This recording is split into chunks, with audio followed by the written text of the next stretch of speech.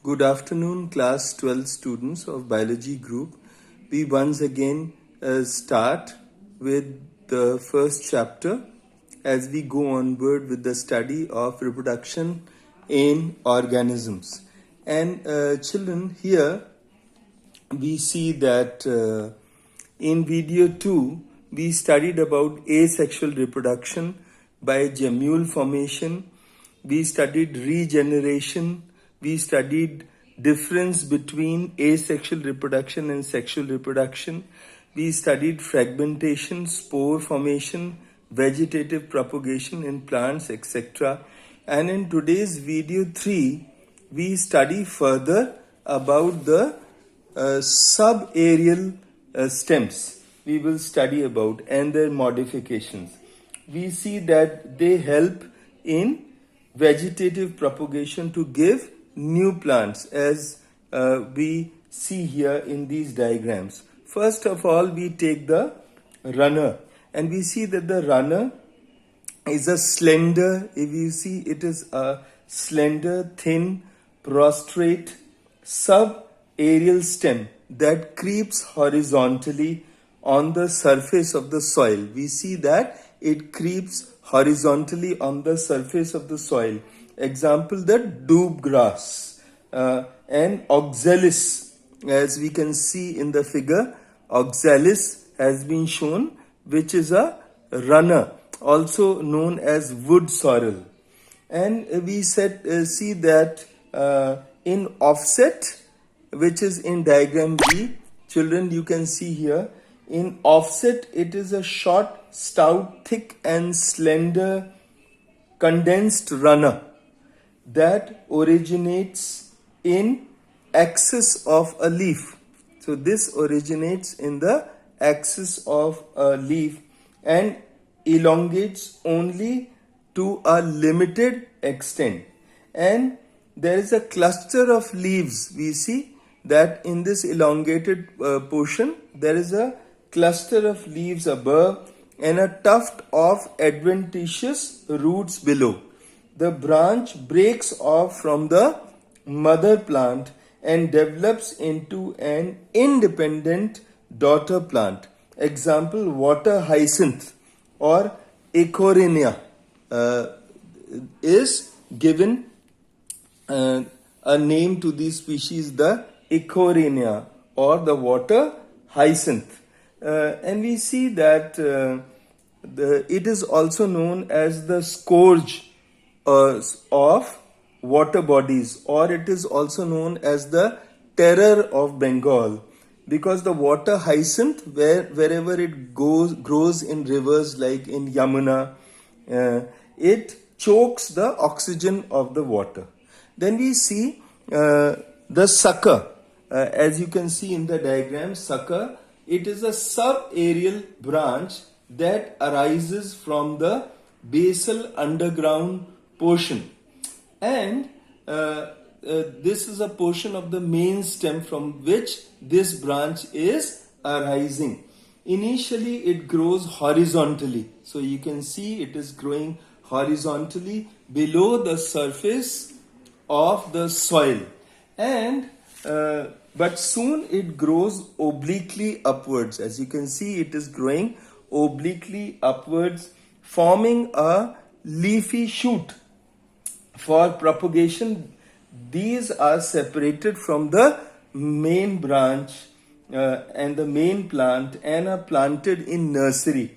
Example, mint or mentha and chrysanthemum is also an example of this. Then we come after the sucker, we come on to stolon. And in stolon, like the sucker, it is also a slender lateral branch originating from the base of the stem. Do you see here? This branch is originating from the base of the stem. And first it grows obliquely upwards. It grows obliquely upwards and then it bends down to the ground.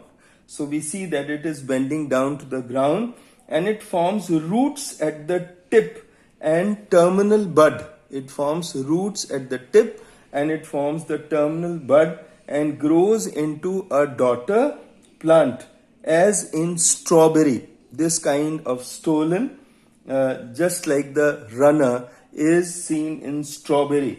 Then we see also in roots, there are other plants wherein we see the roots here, and in roots we see roots of some of the woody plants like Murraya, Koenigi, and Dalbergia sisso.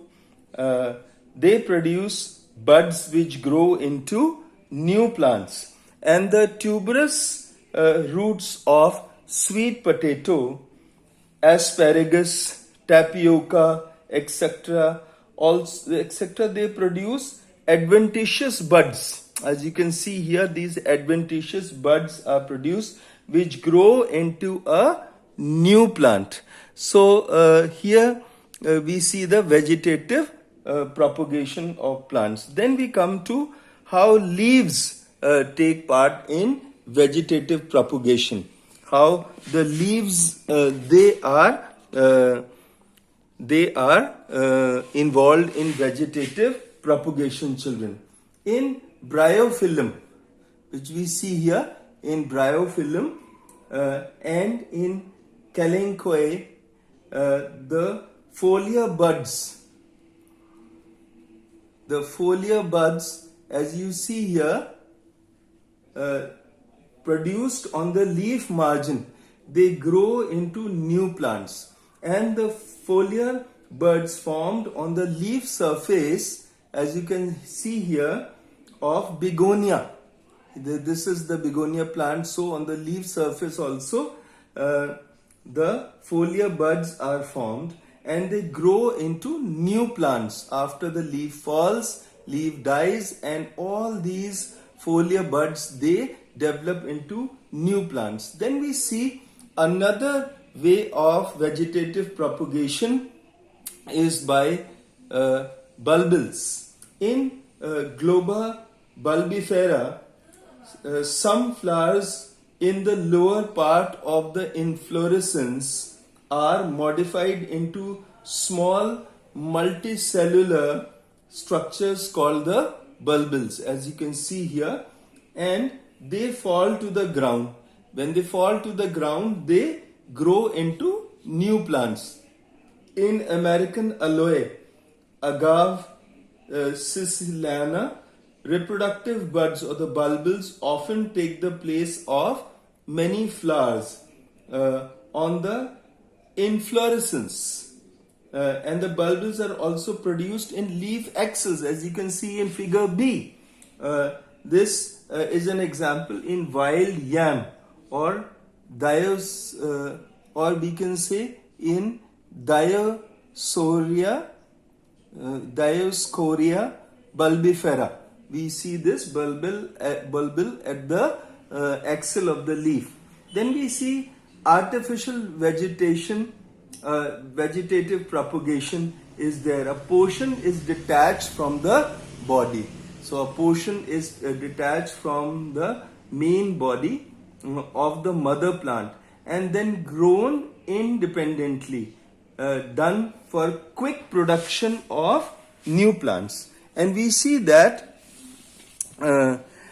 they retain the qualities of mother plant. This is done by cuttings, layering, and grafting.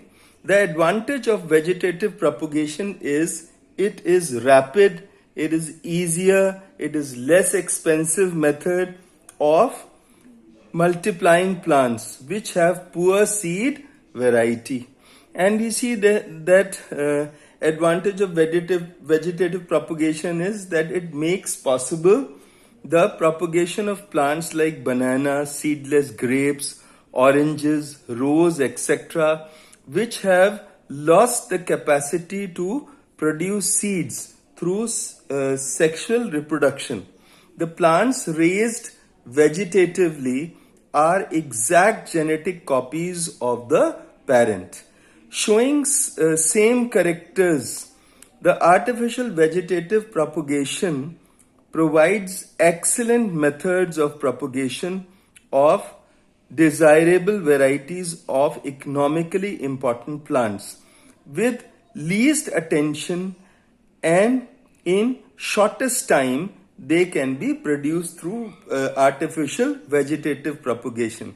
Also, we see an advantage of vegetative propagation, that through micro propagation it is useful in raising disease-free plants. Then we see the disadvantage of vegetative propagation. Vegetative propagation gets easily decayed and are prone to diseases. There are no variations also in vegetatively propagating plants. There is no dispersal of vegetative propagules. Therefore, it causes overcrowding. So, because distancing is not done by throwing the seeds far from each other. So what we see, children, is that this is there, as there is no dispersal of vegetative propagules, therefore it causes overcrowding. Then we come to sexual reproduction. It involves the formation of the male and the female gametes, either by same individual or by different individuals of the opposite sex. These granules, they fuse to form the zygote, which develops to form new organism. It is an elaborate, complex and slow process as compared to the asexual reproduction. In sexual reproduction, this results in the offsprings that are not identical to the parents or amongst themselves. Most animals, they reproduce sexually. The sexual reproduction is energetically very expensive because large number of gametes must be generated, and only few are utilized in formation of zygote, which grow to reproduce, which grow to reproductive maturity. And we see that the advantage of sexual, what is the advantage of sexual reproduction is that the generation of variation upon which natural selection can act. All organisms have to reach a certain stage of maturity in life before they can reproduce sexually. Another thing we see in sexual reproduction is the period of growth is called juvenile phase, the vegetative phase in plants. In animals, the juvenile phase is followed by morphological and physiological changes before an active reproductive behavior appears. Then we see at the end of the juvenile or vegetative phase comes the beginning of reproductive phase, which can be seen easily in higher plants when they come to flower. Then we see also in